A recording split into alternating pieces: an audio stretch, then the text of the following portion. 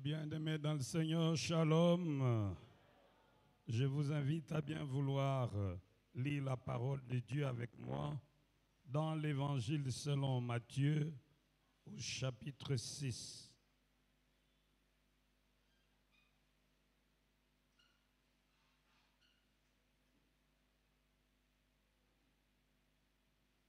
Matthieu chapitre 6, versets 9 à 13. Nous lisons au nom de notre Seigneur Jésus. Voici donc comment vous devez prier.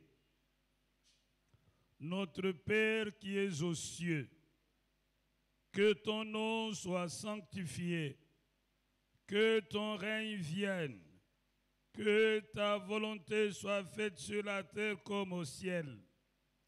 Donne-nous aujourd'hui notre pain quotidien. Pardonne-nous nos offenses comme nous aussi nous pardonnons à ceux qui nous ont offensés. Ne nous induis pas en tentation, mais délivre-nous du malin. Car c'est à toi qu'appartiennent dans tous les siècles le règne, la puissance et la gloire. Amen. Maintenant, lisez les textes vous-même par cœur. Allons-y. Notre Père,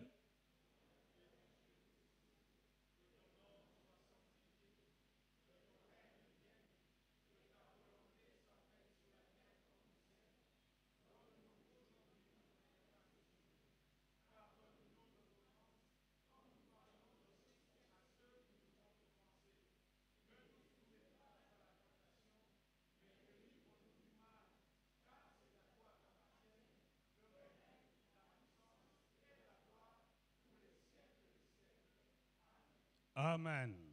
Veuillez vous asseoir.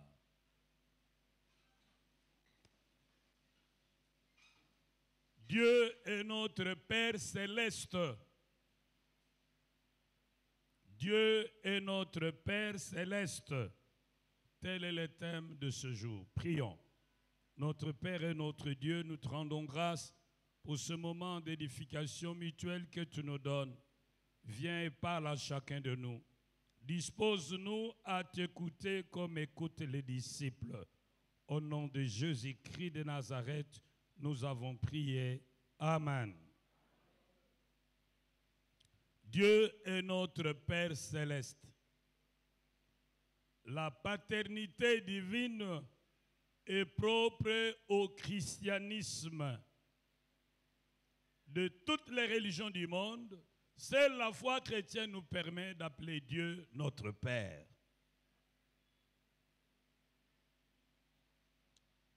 L'homme aime réfléchir par analogie. Il essaie de comprendre l'inconnu à partir de ce qu'il connaît. C'est pourquoi il se trompe souvent.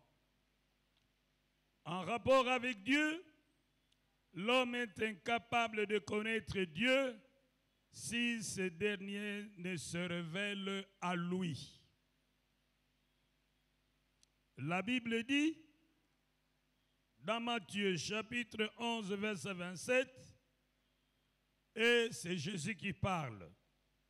Toutes choses m'ont été données par mon Père, et personne ne connaît le Fils si ce n'est le Père. Et personne non plus ne connaît le Père si ce n'est le Fils, et celui à qui le Fils veut le révéler. Nous ne pouvons rien connaître de Dieu si Dieu ne nous le révèle. Nous ne pouvons pas non plus connaître Dieu si lui-même ne se révèle à nous, n'enlève son voile pour que nous le voyions tel qu'il est. Dieu a envoyé son Fils pour nous révéler qui il est et pour nous sauver de nos péchés.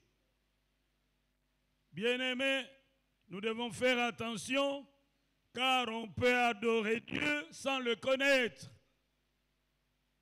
Et Jésus le dit dans Jean 4, verset 22, qu'il y a de gens qui adorent un Dieu qu'ils ne connaissent pas. Même dans Actes 17, verset 23, dans la ville d'Éphèse, il y avait beaucoup d'autels dédiés à différentes divinités. Il y avait même un autel dédié à un Dieu inconnu. Oui, il y a des gens qui adorent des divinités qu'ils ne connaissent pas, mais il y a aussi des gens qui adorent Yahvé sans le connaître pour autant.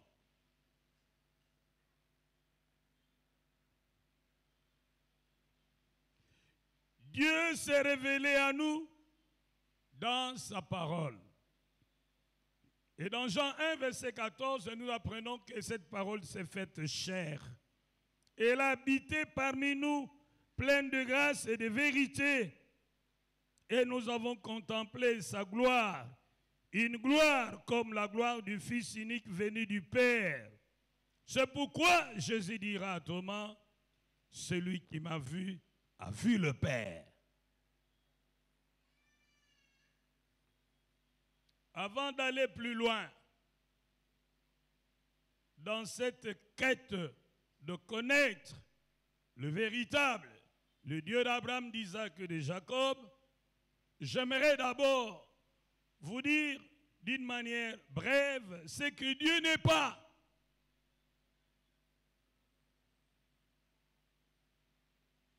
Dieu n'est pas une énergie impersonnelle.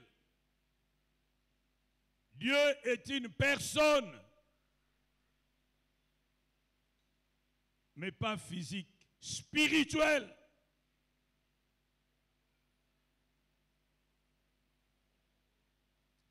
Deuxième chose, Dieu n'est pas comme ton père. Il est plus que tout ce que tu peux dire de lui. Il est plus que tout ce que tu peux penser de lui en termes de bonté et de beauté. Il est plus grand que ce que tu peux dire.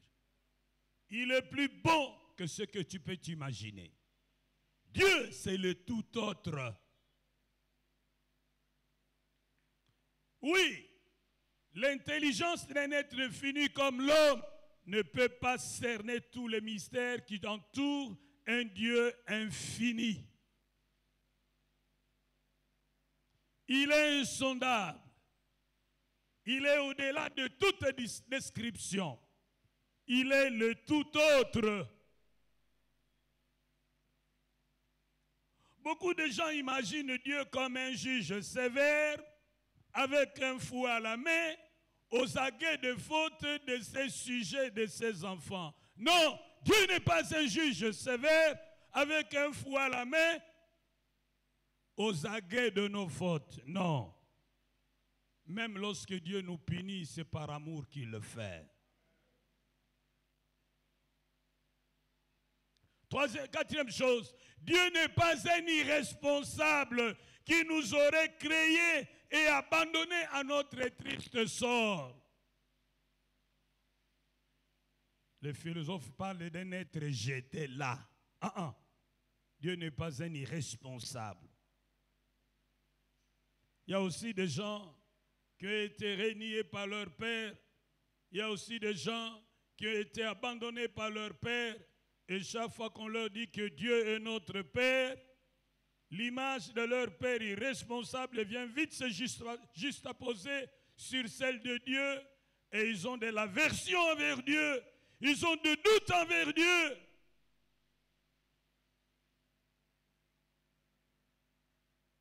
Même si ton père t'a abandonné, même si ton père a renié ta grossesse, même si ton père est allé s'installer chez une autre prostituée, même si votre père a brillé par son irresponsabilité, j'aimerais vous dire que Dieu, notre Père céleste, n'est pas irresponsable.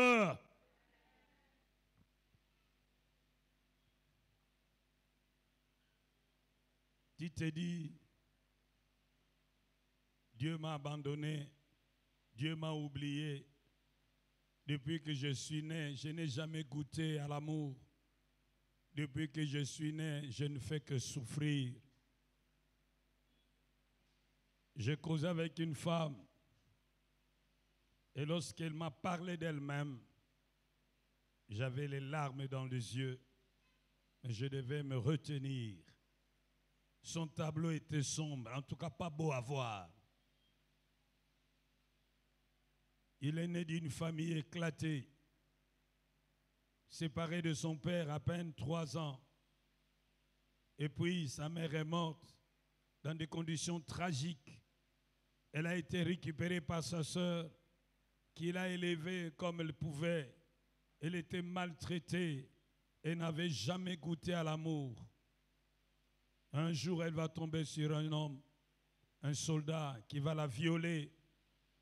De ce viol est né un enfant. L'homme a disparu dans la nature. Elle n'a plus jamais revu cet homme. Elle a élevé son enfant malgré elle. Et puis un autre homme est tombé sur elle. Il l'a épousée. En réalité, ils ont commencé à vivre en concubinage. C'était un drame. Cet homme la battait. Cet homme l'injuriait. Cet homme lui a donné des enfants en cascade, sans amour. Oui, après un grand nombre d'enfants dont j'étais le chiffre, l'homme est parti. L'homme est devenu riche. Et puis il a abandonné. Mais il dit, j'ai prié beaucoup. Je n'avais que cet homme au monde. Il était tout mon soutien, tout mon espoir, malgré le fait qu'il me battait. J'ai prié pour que Dieu le bénisse et qu'il ait des moyens de me mettre à l'aise. Et aussitôt qu'elle a trouvé l'argent, l'homme est parti. Il m'a abandonné avec les enfants. Je souffrais, je dormais dehors. Mes enfants mangeaient difficilement. Elle a pleuré, elle a pleuré. Peut-être que tu es dans une situation pareille. Tu n'as jamais connu l'amour. Depuis que tu es né, tu souffres. Tu es rejeté, tu es méprisé, tu es écrasé, tu es humilié. On te colle des fautes que tu n'as point commises. Tu es victime des injustices, des maltraitances. Tu te poses la question, pourquoi suis-je né? Tu as la nette impression que tu es venu accompagner les gens sur terre.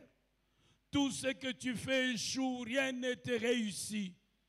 Tu passes d'une déception à l'autre, d'une trahison à l'autre. Tu commences à douter de toi-même. Ta vie est comme en suspense. Tu essaies de prier, le ciel est de rein. C'est comme si Dieu ne te connaissait pas, ne t'écoutait pas. Tu commences même à douter des témoignages que les autres rendent de la part de Dieu. Dieu m'a fait ceci, Dieu m'a fait cela. Mais tu te dis, ça ne peut pas être vrai. Parce que moi aussi, j'ai prié, mais je n'ai rien vu.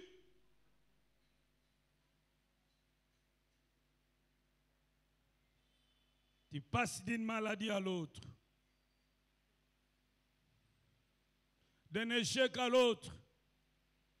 D'une rupture à l'autre. Et tu te dis, ou alors Dieu n'existe pas, ou alors il m'a abandonné. Qu'est-ce que je fais pour mériter un tel sort?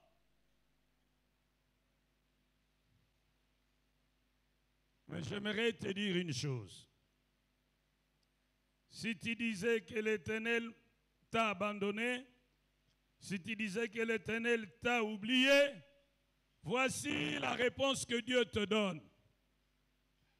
Une femme oublie-t-elle l'enfant qu'elle allait? Une femme n'a-t-elle pas pitié du fruit de ses entrailles? Quand elle oublierait, moi l'Éternel, je ne t'oublierai point. Voici, je t'ai gravé sur mes mains. Oh, dites avec moi, Amen. J'aimerais dire à quelqu'un aujourd'hui, Dieu ne t'a pas oublié. Dieu ne t'a pas abandonné. Tu as du prix à ses yeux. Il pense à toi. Il a un projet magnifique pour toi. Et ce qu'il a décidé de réaliser pour toi et sur ta vie, il le fera certainement. Dieu me demande de te dire qu'il connaît les projets qu'il a formés sur toi, projets de paix et non de malheur, afin de te donner un avenir et de l'espérance.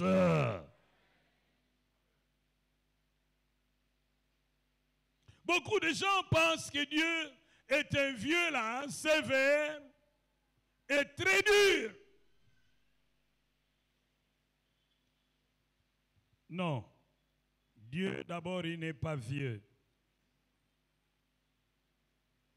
L'esprit ne vieillit pas. Oh, dites avec moi, Amen. Dieu dit de lui-même, dans Exode 22, verset 26, Dieu se présente lui-même. Il nous dit qu'il est compatissant. Il n'est pas indifférent aux souffrances des autres. Dieu nous dit qu'il est miséricordieux.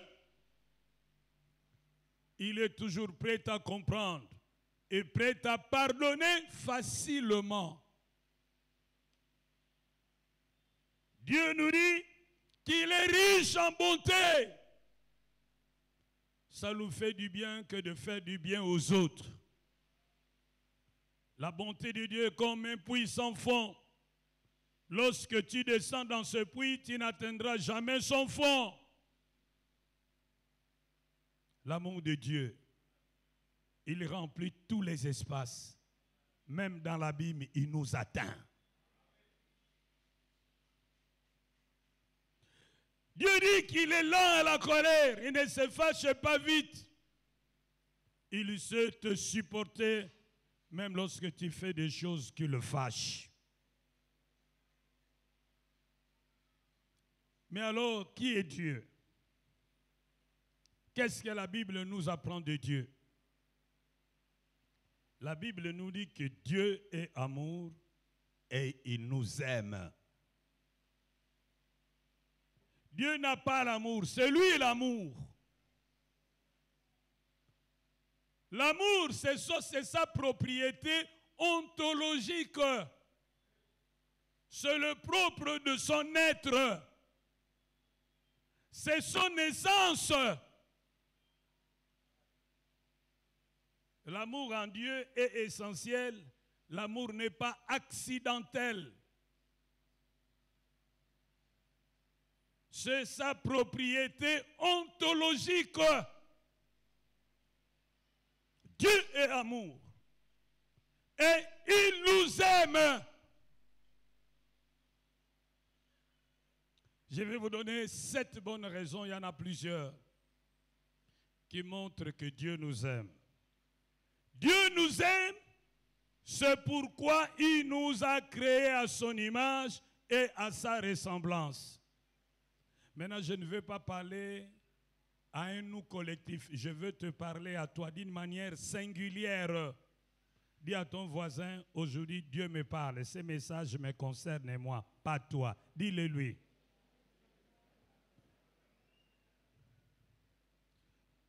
Je veux que toi, tu comprennes aujourd'hui que Dieu te parle au travers de moi. Dieu me dit de te dire qu'il t'aime. C'est pourquoi il t'a créé à son image et à sa ressemblance. Dieu, dans sa souveraineté, aurait pu te créer chien. Dieu, dans sa souveraineté, il aurait pu te créer lézard. Dieu, dans sa souveraineté, il aurait pu te créer souris, rat. Dieu, dans sa souveraineté, il aurait pu te créer ver de terre. Dieu, dans sa souveraineté, il aurait pu te créer tortue. Mais dans son amour, dans sa souveraineté, liée à son amour, il a choisi de te créer à son image et à sa ressemblance. Parce qu'il t'aime. Dieu t'aime. Deuxième raison. C'est pourquoi il a donné son Fils unique, afin que toi, en croyant en lui, tu ne périsses pas, mais que tu aies la vie éternelle. Il y a un professeur qui me disait, Fouti, écoutez, lorsqu'on dit que Jésus est notre sauveur parce qu'il est mort à la croix, moi, ça me dépasse. Hein? Je suis plus porté à croire qu'il est notre sauveur parce qu'il s'est produit à nous comme un modèle de justice, d'amour, de compassion. Et il voudrait que nous puissions marcher en imitation de son bel exemple. Mais dit que Dieu l'aurait envoyé pour sauver les hommes de leurs péchés. Il n'a pas trouvé d'autre moyen que de sacrifier son Fils en qui il a placé tout son amour, et son Fils unique. Il va le sacrifier pour sauver des voyous, des bandits, des adultères, des voleurs, des méchants, des assassins. Non, non, ce serait un acte ignoble et amoral. Non, ça frise de la folie. Hein? Est-ce que toi, tu le ferais à sa place? Hein?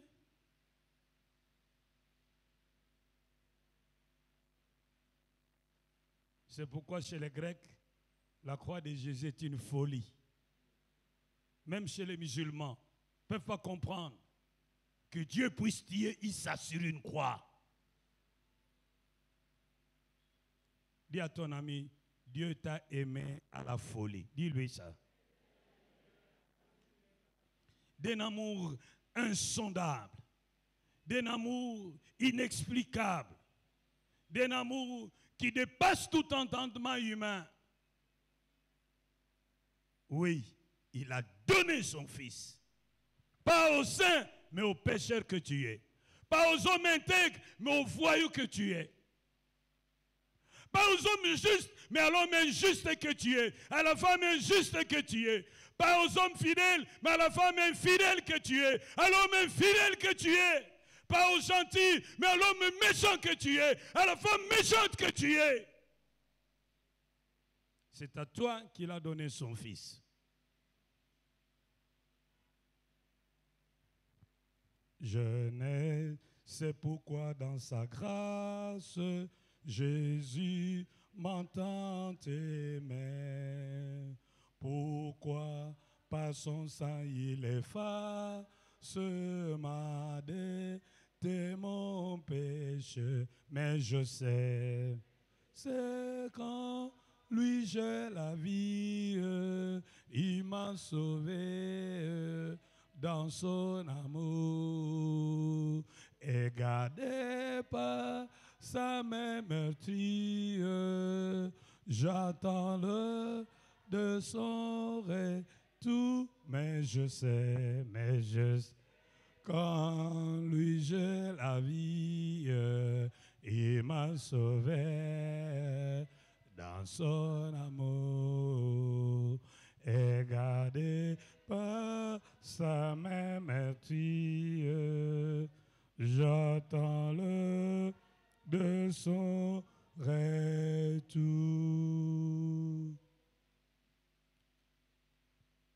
Dieu t'aime tel que tu es. Malgré tout ce que tu es, en dépit de tout ce que tu fais, il t'aime. Oh, il t'aime. Si les hommes pouvaient connaître ce que tu fais en secret, longtemps il t'aurait abandonné, longtemps il t'aurait vomi. Mais Dieu, en dépit de tout ce qu'il sait de toi, il t'aime et il t'aime encore. Malgré ce qu'il a lu dans ton WhatsApp, il t'aime. Malgré les images que tu as envoyées par le WhatsApp, il t'aime. Malgré ce que tu as posté sur ton statut, il t'aime. Malgré ce que tu as pressé qui ne t'appartient pas, il t'aime. Malgré là où tu es monté, tu as dormi, il t'aime. Malgré ce que tu as bu, il t'aime. Malgré ce que tu as regardé, tu as entendu, il t'aime. Ah, il t'aime! Il t'aime dans la forme du malgré tout. Dieu a donné son Fils parce qu'il t'aime. Je suis toujours là au deuxième point. Et avec lui, il est prêt à te donner toutes choses. Lui qui n'a point épargné son propre Fils, mais qui l'a livré pour nous tous, comment ne nous donnera-t-il pas toutes choses avec lui? Nous avons tout pleinement en Jésus-Christ. Romains 8, verset 32. Il nous aime, il nous a donné Jésus. Et avec Jésus, Dieu est prêt à tout te donner. Parce qu'il t'a donné Jésus, il peut te donner l'intelligence. Parce qu'il t'a donné Jésus, il peut te donner la santé. Parce qu'il t'a donné Jésus, il peut te donner le mariage. Parce qu'il t'a donné Jésus, il peut te donner les enfants. Parce qu'il t'a donné Jésus, il peut te donner toutes choses.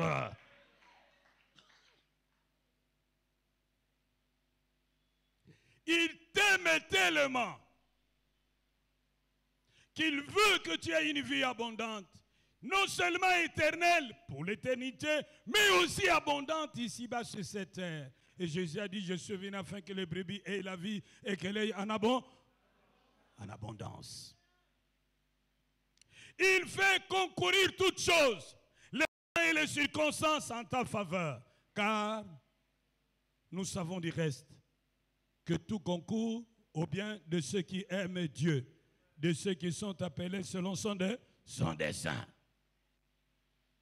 Il gère les temps, il gère les circonstances, il provoque les événements, il bouscule les hommes, il bouscule les femmes pour ton bien. Il peut même livrer des hommes pour ton bien. Pour que tu sois heureux, il peut tuer les hommes pour ton bien. Oh, dites avec moi Amen. Il y a des gens qui sont morts à cause de toi. Ils t'ont combattu. Mais toi, tu étais inconscient que la guerre était déjà déclarée. Dieu lui-même s'est occupé d'eux. Il les a déclassés. Mais tu n'as jamais su que c'est à cause de toi qu'ils sont restés dans leur maison. Oh, Dieu t'aime. Ah, Dieu t'aime.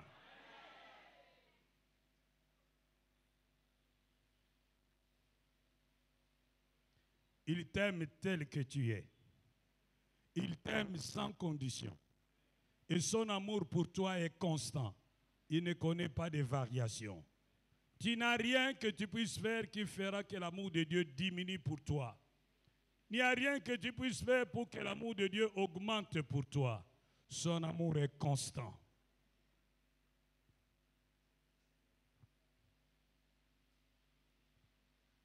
Troisième raison. Tu dois savoir que Dieu t'aime. Pourquoi? Parce qu'il t'a pris en charge. Il t'aime tellement, c'est pourquoi il t'a pris en charge. Dans Isaïe 46, verset 4, Dieu dit qu'il t'a pris en charge dès le sein de ta mère. Il va continuer à te supporter, à te prendre en charge jusque dans ta vieillesse. Il le fait et il le fera encore.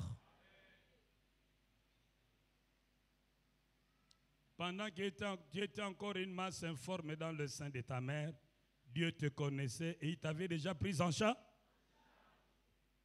La prise en charge, c'est un engagement qu'un homme prend vis-à-vis d'un autre et vis-à-vis de son gouvernement.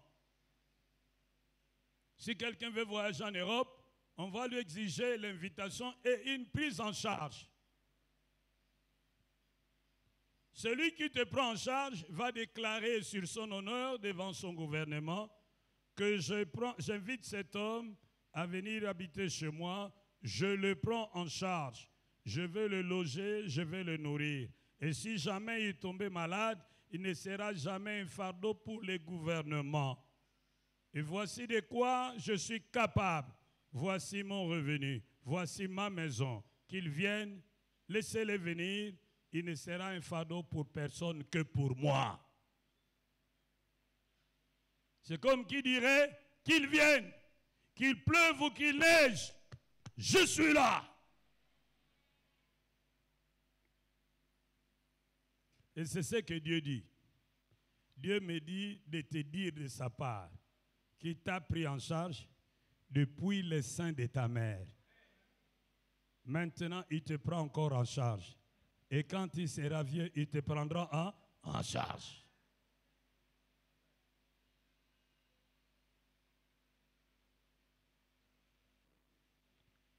C'est comme ça, pour paraphraser Maréchal Mobutu, nous dirons Oyekoya Eya. Totia Kamaele Nabiso Nanza. Oya Zobiso Ansha. Ota Mabuma Mama Nabiso Kino Bobangena. Advienne que pourra. Je plaçais ma confiance en Dieu qui me prend en charge. Il a fait depuis le sein de ma mère. Et jusqu'à ma vieillesse, il le fera encore. Oh, dites Amen. Notre sécurité ne se trouve pas dans l'argent, mais en Dieu. Notre sécurité ne se trouve pas dans notre emploi, mais en Dieu. Notre sécurité ne se trouve pas dans nos enfants, mais en Dieu. Notre sécurité ne se trouve pas dans notre diplôme, mais en Dieu. Ce Dieu ne change pas. Et il est fidèle. Dieu fidèle, il ne change pas. Éternel, mon rocher, ma force.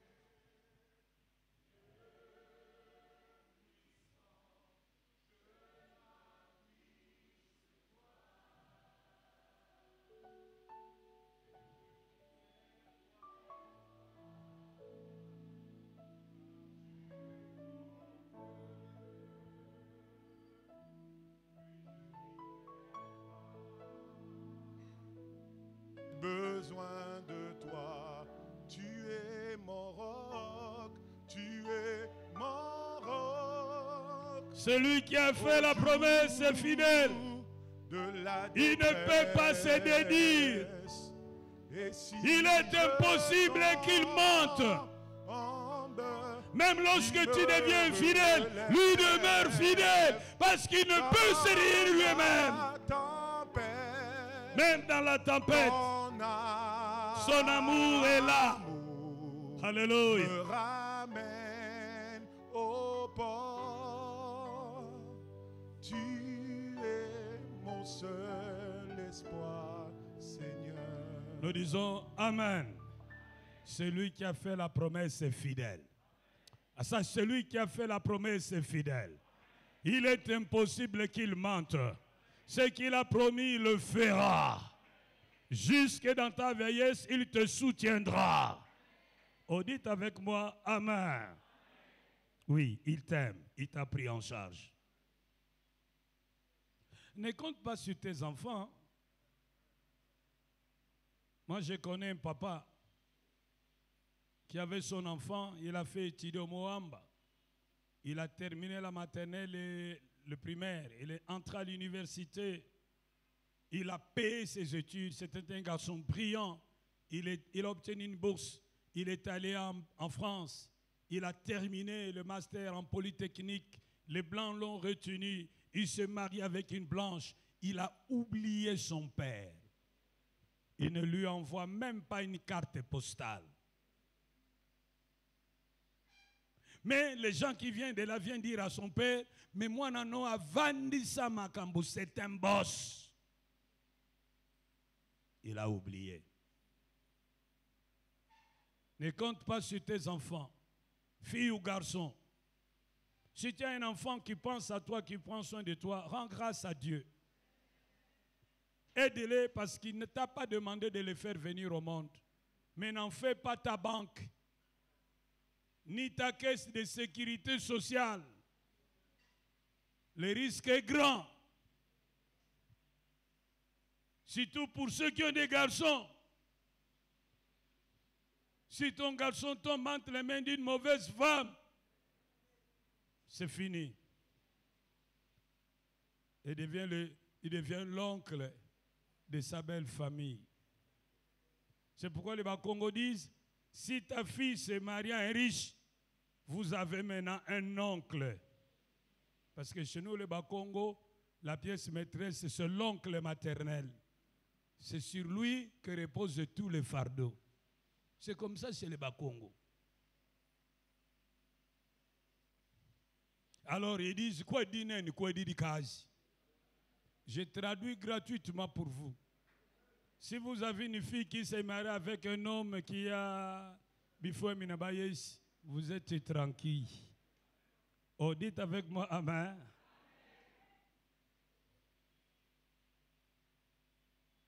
Pour que ces garçons vous aident, il faut que cette femme soit de bon cœur. Pour que de temps en temps, ils disent, oh, occupe-toi de ton père, occupe-toi de ta mère. Dans le cas contraire, tout dans la belle famille. Regardez même dans nos maisons, qui sont plus dans nos maisons? Les membres de famille, des fois.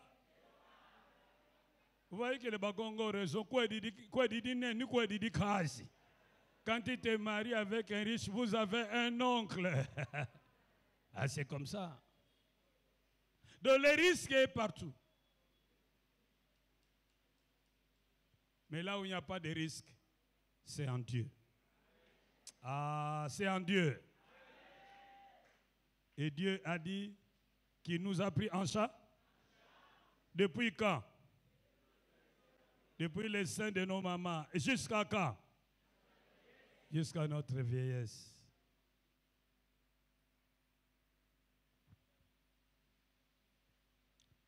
Dieu t'aime. C'est pourquoi il use de patience envers toi. Dans 2 Pierre chapitre 3 verset 15, 2 Pierre 3 verset 15, la Bible nous dit que Dieu n'a pas hâte à nous châtier pour le mal que nous faisons.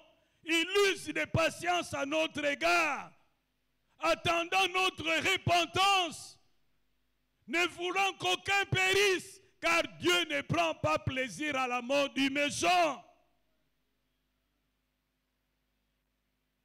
Oh, si seulement si Dieu pouvait nous châtier aussitôt que nous avons commis de péché, il n'y aurait personne dans cette salle.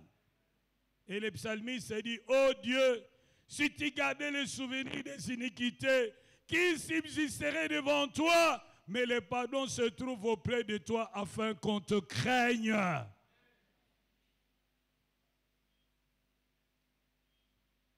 Cinquième raison. Dieu t'aime. C'est pourquoi il pardonne toutes tes iniquités et guérit toutes tes maladies. Je pensais que tu allais dire Amen.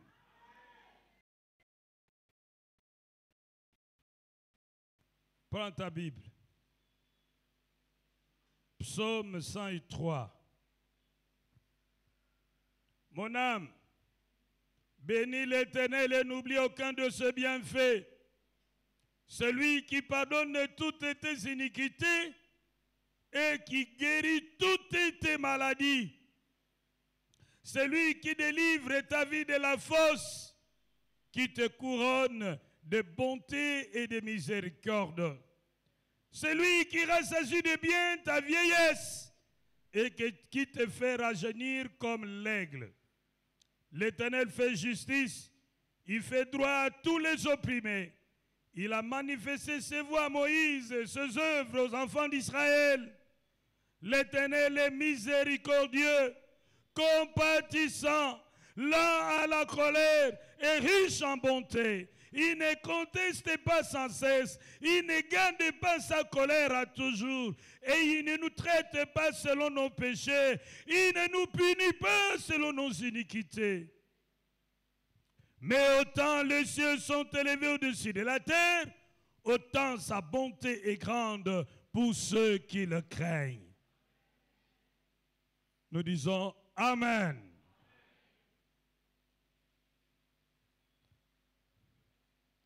Il pardonne tous tes péchés. Il ne faut jamais dire quel est ce péché que j'ai commis et que Dieu ne pardonne pas pour que je vive ce que je vis. Notre Dieu n'est pas rancunier. Lorsque tu confesses ton péché, il te le pardonne et ne s'en souviendra plus. Dieu n'est pas comme les ministères publics au parquet qui est là seulement pour charger les gens. Dieu guérit toutes tes maladies. Que cette maladie soit provoquée par un péché, il les guérit. Que cette maladie soit l'œuvre de sorciers, il la guérit. Que cette maladie soit l'œuvre de guérisseurs, il la guérit. Quelle que soit son origine, quelle que soit son ancienneté, quelle que soit sa complexité, quelle que soit son opiniâtreté, sa têtutesse, Dieu est capable de guérir cette maladie.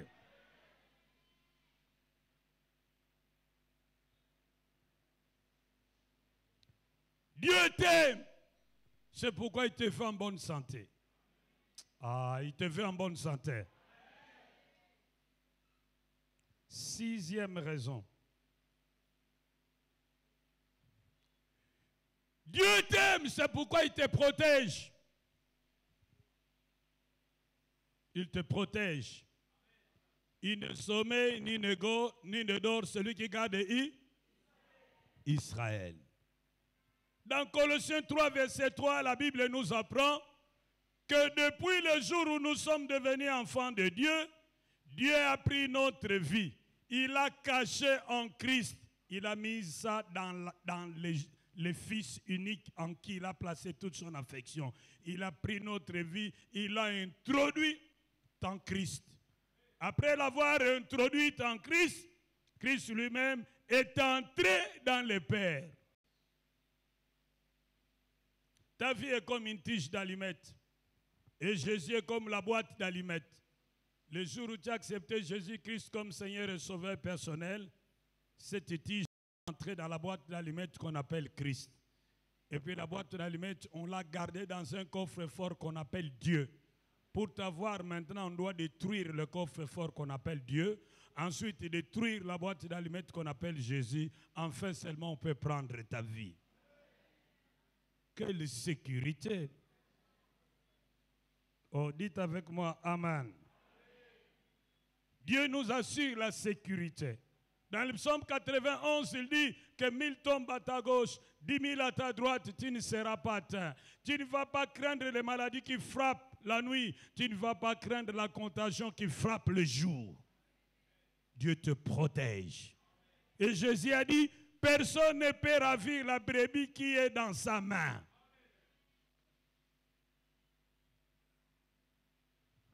N'ayez pas peur des sorciers. N'ayez pas peur des magiciens. N'ayez pas peur de Satan lui-même. Car celui qui est en toi est plus fort que celui qui est dans... Il y a des chrétiens qui sont conscients de cette sécurité. Mais il y en a d'autres qui ne sont pas conscients. Voyez, si on prend les cancrets là, on les met dans une bouteille de Vitalo. Une bouteille elle est blanche de Vitalo. On met les cancrets là-dedans. Et puis on prend la bouteille et les cancrets là, dans 2 bouteilles. On amène les 2 bouteilles au marché de coqs et de poules. Un des cancrets là est bien informé qu'il est en sécurité dans la bouteille. Mais l'autre cancret là n'est pas bien informé qu'il est en sécurité dans la bouteille. Lorsque les coqs vont venir becqueter, qu'est-ce qui va se passer entre les 2 cancrets là? Le cancret là qui n'est pas informé qu'il est en sécurité, il va faire quoi? Il va s'agir. Pourquoi? Parce qu'il a peur. Dès que le coq vient, tape, chut. Il ne sera pas tranquille. Mais le cancret là qui est informé qu'il est en sécurité, même quand le coq vient frapper, il sera tranquille. Il peut même se moquer de lui.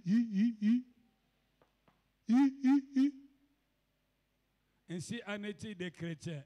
Il y a des chrétiens qui sont conscients, qui sont en sécurité et qui sont tranquilles. Il peut même dormir avec un sorcier, il ne lui fera rien. Oh, dites avec moi, Amen. Mais le chrétien qui n'est pas informé, il sera toujours un chrétien en train de s'agiter. Pourquoi? Parce qu'il a peur. Il a peur. Dis à ton ami, n'aie pas peur, tu es en sécurité. Oh, n'aie pas peur, on est en sécurité. C'est dommage. Chaque fois que je reçois des gens, je dis, oh pasteur, il faut vraiment prier, je vais quitter cette parcelle où je suis parce qu'il y a plein de sorciers. Moi, je dis, toi, tu ne dois pas quitter, c'est à eux de quitter. Quelle est cette parcelle où tu irais, il n'y aura pas de sorciers? Parfois, ta bonne est sorcière.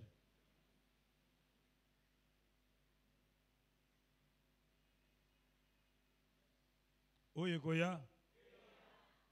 Totia kamaele nabiso. Oya zoabiso en charge. Nous sommes sécurisés. Et il dit,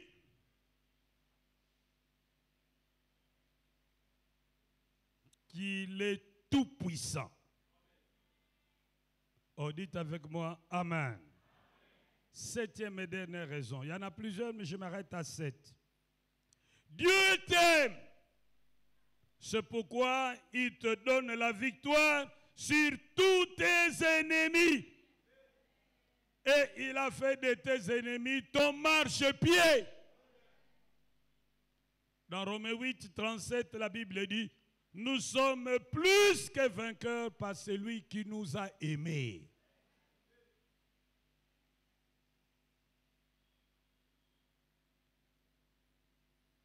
Dans Éphésiens chapitre 2, versets 18 à 23, la Bible dit que Dieu nous a ressuscités avec Christ et nous a fait asseoir dans le lieu céleste au-dessus de toute autorité, de toute dignité, de toute principauté, de tout esprit qui se nomme, de tout nom qui se nomme dans les siècles présents et dans les siècles à venir. Il a tout donné à l'Église qui est son corps. Et il a fait de tous nos ennemis notre marchepied. Dieu t'a donné une position de souveraineté. Il t'a tellement élevé qu'il a fait de tous tes ennemis ton marchepied. Ils ne peuvent rien contre toi. Et toute arme forgée contre toi sera sans effet. L'enchantement, la divination, les malédictions ne peuvent rien contre toi.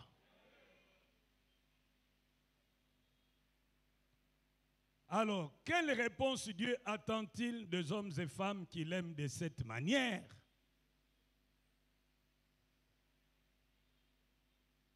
Première chose, que nous lui fassions confiance et que nous abandonnions la crainte.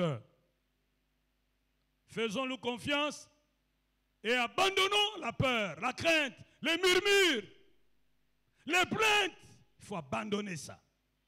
Faisons confiance en Dieu.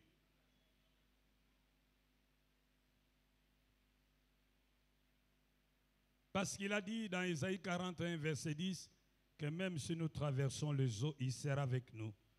Si nous traversons le feu, nous ne serons pas consumés. Il ne nous laissera jamais seuls. Non, jamais tout seul.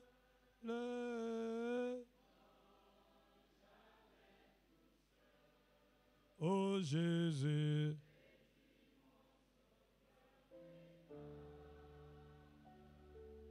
Jamais ne me laisse seul, non jamais.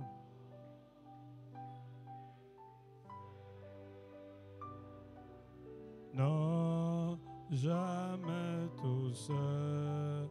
Oh Jésus, Jésus, mon sauveur, me garde. Je ne suis jamais tout. Les dangers accourent. Le danger accourt, subtils inconnus. De près il m'entoure, plus près est Jésus.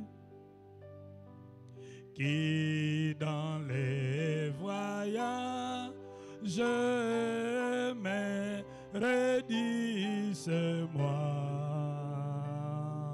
N'aie crainte et courage, je suis toujours avec toi. Oh non, jamais, jamais tout seul.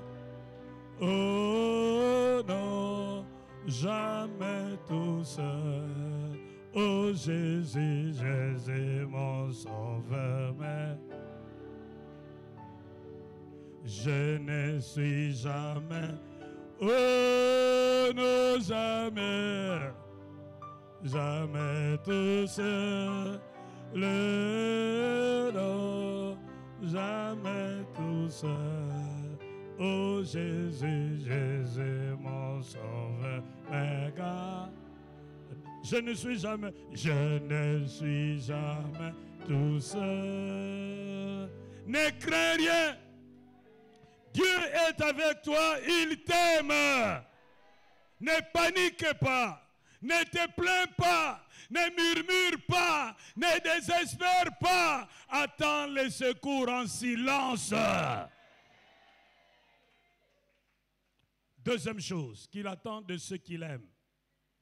Il veut que tu puisses l'aimer par-dessus tout et que tu puisses aimer ton prochain comme toi-même. Que tu aimes Dieu, que tu aimes le prochain et que tu t'aimes toi-même. Voilà les choses. Parfois nous lisons mal ces versets. Dans le livre de Matthieu 22, 37 à 39, Dieu veut que tu puisses l'aimer par-dessus tout. Deuxièmement, que tu puisses t'aimer toi-même. Troisièmement, que tu puisses aimer ton prochain comme tu t'aimes toi-même. Il faut aimer Dieu plus que l'argent, aimer Dieu plus que ta femme, aimer Dieu plus que ton mari, aimer Dieu plus que ton travail, aimer Dieu plus que le point, aimer Dieu plus que les diplômes, aimer Dieu plus que les grades. Ne trahis pas Dieu pour les choses de ce monde, car nous sommes venus les mains vides et nous nous abandonnerons ici-bas. Tu dois aimer Dieu plus que tout. Oh, dites avec moi, Amen.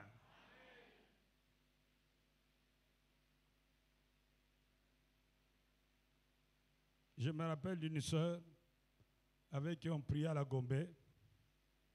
Le premier jour, elle vient me dire, j'ai trouvé un fiancé. Gloire à Dieu. Mais papa, il ne prie pas chez nous. Il n'y a pas de problème si c'est un frère en Christ. Non, il n'est pas en Christ. Il est où? Oh, il est de cette congrégation-là. Moi, je dis, mais cette congrégation-là n'aime pas les enfants de Dieu, n'aime pas les chrétiens. Ils ne croient pas que Jésus est le Fils de Dieu. Ils disent que nous sommes en train de suer la terre. Je lui ai expliqué tout ce que cette congrégation fait. Il dit, non, je vais les gagner à Christ. Je dis, tu aurais mieux fait d'attendre que Christ les gagne d'abord. En tout cas, j'ai beaucoup attendu vos frères ici, il n'y a que des versets bibliques et les bonjours. Moi, je vais me marier. Bon, que Dieu t'accompagne. Quelque temps après, il commence à habiller comme ces gens-là. Je la croise. La serrée, papa. Beaucoup d'années sont passées. Et puis, je l'ai encore croisé à Kitambo. Ma soeur, mais tu as changé ton cabane na biso. Entre les mariages, la sœur avait choisi quoi, les mains? Entre les mariages et Jésus. La sœur avait choisi quoi? Il y a aussi des gens. Un jeune homme vient me voir. Il dit, là où je travaille, le chef est venu avec 2 formulaires. Il m'a demandé de remplir un de formulaire, mais quand j'ai lu, j'ai trouvé que ce n'était pas bon pour moi. Parce qu'il fallait que j'entre dans telle loge. Mais moi, je refusais. Alors il est revenu le jour après pour me dire que si je ne veux pas signer, alors celui qui est au-dessus de moi a démissionné, il est allé dans une autre société. Normalement, c'est moi qui dois occuper ce poste. Mais le chef m'a dit, quelqu'un du dehors viendra occuper ce poste. Mais papa, c'est un poste juteux. Il y a beaucoup d'avantages. Mais j'ai à choisir entre ces postes et les avantages et Jésus. Oh, dites avec moi, Amen. Je lui ai posé la question, toi tu choisis quoi? Papa, j'ai choisi Jésus.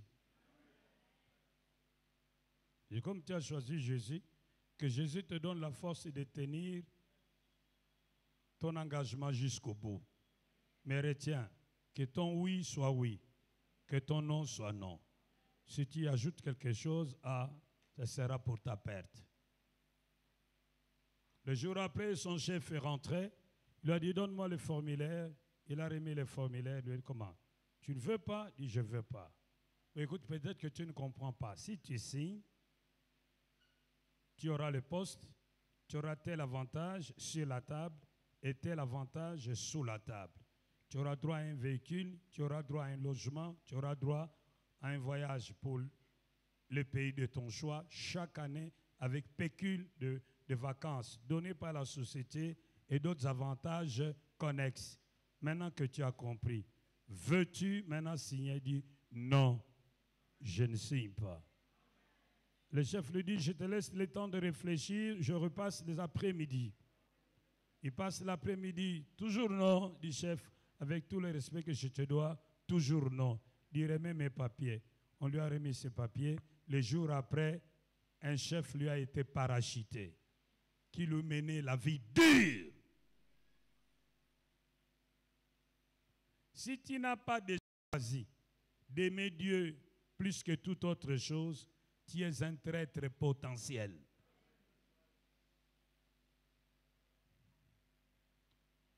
Et on nous dit, tu dois aimer Dieu plus que ton mari.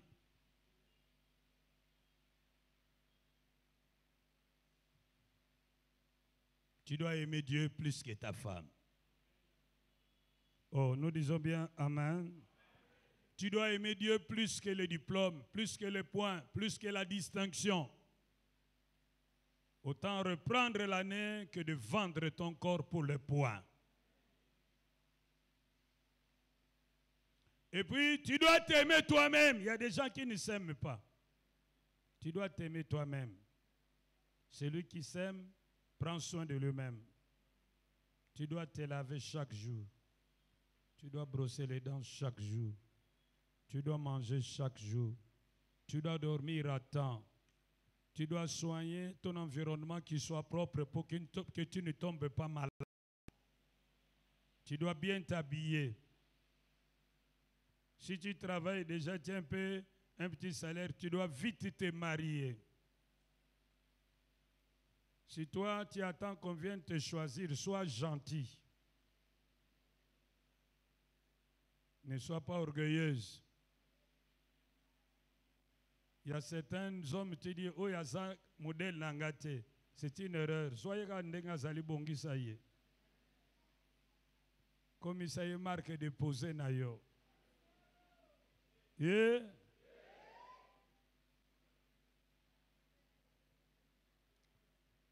Tu dois t'aimer toi-même. Tu ne dois pas te sous-estimer. Tu ne dois pas te dévaloriser. Tu ne dois pas attendre que les autres te donnent de la valeur. Prends conscience de la valeur que tu as. Tu ne dois pas avoir un profil bas de toi-même. Et tu dois aimer ton prochain comme toi-même. C'est-à-dire, ne fais pas à l'autre ce que tu ne voudrais pas qu'on te fasse. Troisième et dernière chose que Dieu attend de ceux qu'il aime. Tu dois l'obéir. Dans Jean 14, versets 21 à 28, Jésus dit que celui qui prétend l'aimer obéisse à sa parole. S'il est vrai que tu aimes Dieu, Parce que lui t'a aimé le premier, alors tu dois obéir à sa parole. L'obéissance vaut mieux que les sacrifices. Et la désobéissance est aussi coupable que la divination et la sorcellerie. Tu dois obéir à Dieu. Tu ne dois pas discuter avec Dieu. Lorsqu'il te demande quelque chose, tu le fais. Lorsque tu es devant un choix entre obéir à Dieu et désobéir aux hommes, désobéis aux hommes, obéis à Dieu. Oh, dites avec moi, Amen. La confiance, l'amour et l'obéissance. Je reprends la con. L'amour et l'obéissance. Chaos. La confiance, l'amour et l'obéissance. Ah, Nalbini ni la con. Chaos. Yesu alinginga, Yesu alinginga, Yesu alinginga, Yesu alinginga, Yesu alinginga, Yesu alinginga, Yesu alinginga, Yesu alinginga. Alléluia. Oh, Yesu alinginga, Alléluia. Alléluia. Alléluia. Yesu nzolele, Yesu nzolele, Yesu nzolele, Yesu nzolele, Yesu nzolele, Yesu nzolele, Yesu nzolele, Yesu. Oh, Alléluia. Oh, Yesu nzolele, Alléluia. Alléluia. Alléluia. Yesu dinanga, Yesu dinanga, Yesu dinanga, Yesu dinanga, Yesu dinanga, Yesu dinanga, Yesu dinanga, Yesu. Oh, Alléluia. Oh, Yesu dinanga, Alléluia. Oh, Yesu dinanga, Alléluia. Alléluia. Yesu anapenda, Yesu ananipenda. Nanipenda, Yesu ananipenda, Yesu ananipenda, Yesu ananipenda, Yesu ananipenda, Yesu ananipenda. Alléluia. Oh, Yesu ananipenda, Alléluia. Oh, Yesu ananipenda, Alléluia. Oh, Yesu ananipenda, Alléluia. Oh, Yesu ananipenda. Ata ozangi biloko akolia, yebaka Yesu alingaka yo. Ata nano mobali te, yebaka Yesu alingaka yo. Ata ozana na chômage, yebaka Yesu alingaka yo. Ata ozobela, yebaka Nzambe alingaka yo. Yesu ananipenda, Yesu ananipenda, Yesu ananipenda, Yesu ananipenda, Yesu ananipenda, Yesu ananipenda, Yesu ananipenda, Yesu ananipenda. Alléluia. Oh, Yesu ananipenda, Alléluia. Yesu ananipenda, Alléluia. Oh, Yesu ananipenda, Alléluia. Oh, Yesu ananipenda. Ata baboyi yo kobanga note, Yesu alingi yo. ata babimisi biloko na ndako yebesika kokende te kobanga te Yesu alingi yo. Yesu ananipenda, Yesu ananipenda, Yesu ananipenda, Yesu ananipenda, Yesu ananipenda, Yesu ananipenda, Yesu ananipenda, Yesu ananipenda.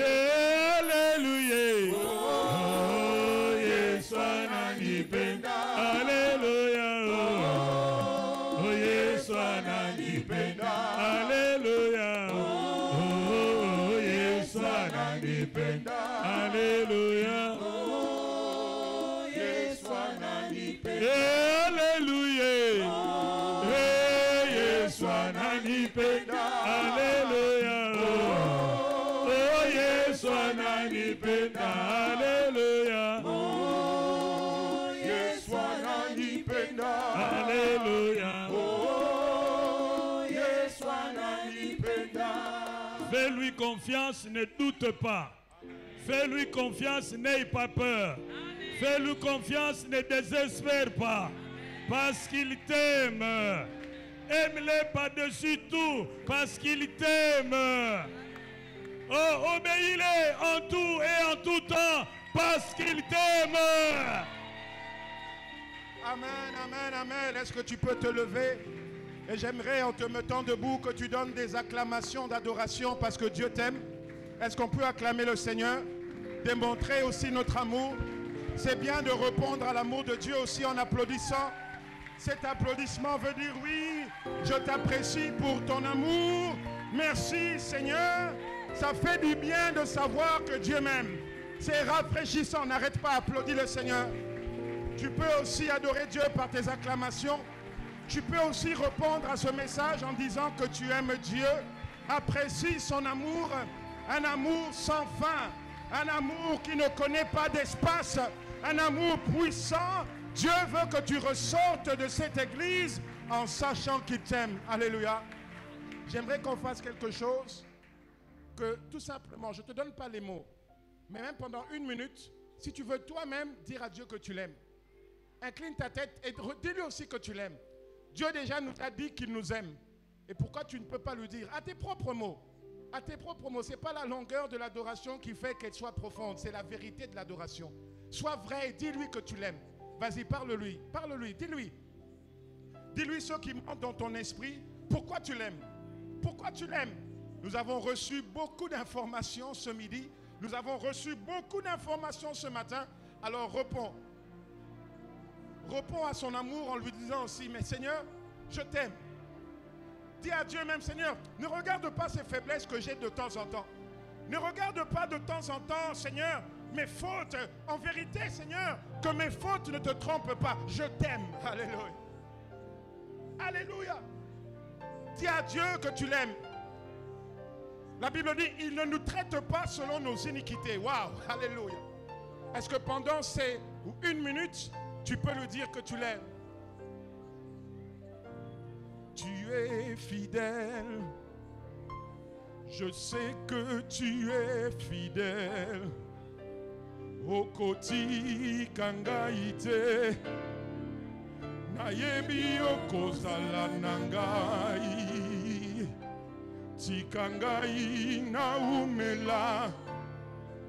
Na bozalisi na yo. Pe motema eloba. Ngai na lingaka. Ngai na. Encore une fois, je sais que tu es fidèle. Une fois on y va. Je sais que tu es fidèle. Je sais que tu es fidèle. Oui, je sais que tu es fidèle. Je sais que tu es fidèle. Okoti kangaite. Okoti kangaite.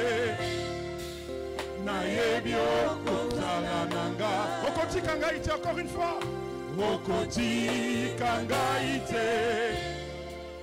Nayebi okozala. Okoti kangaite, encore une fois. Okoti kangaite. Okoti kangaite. Nayebi okozala nanga. Tikanga Tika na umela, tika na umela. tika ngai na umela na bosi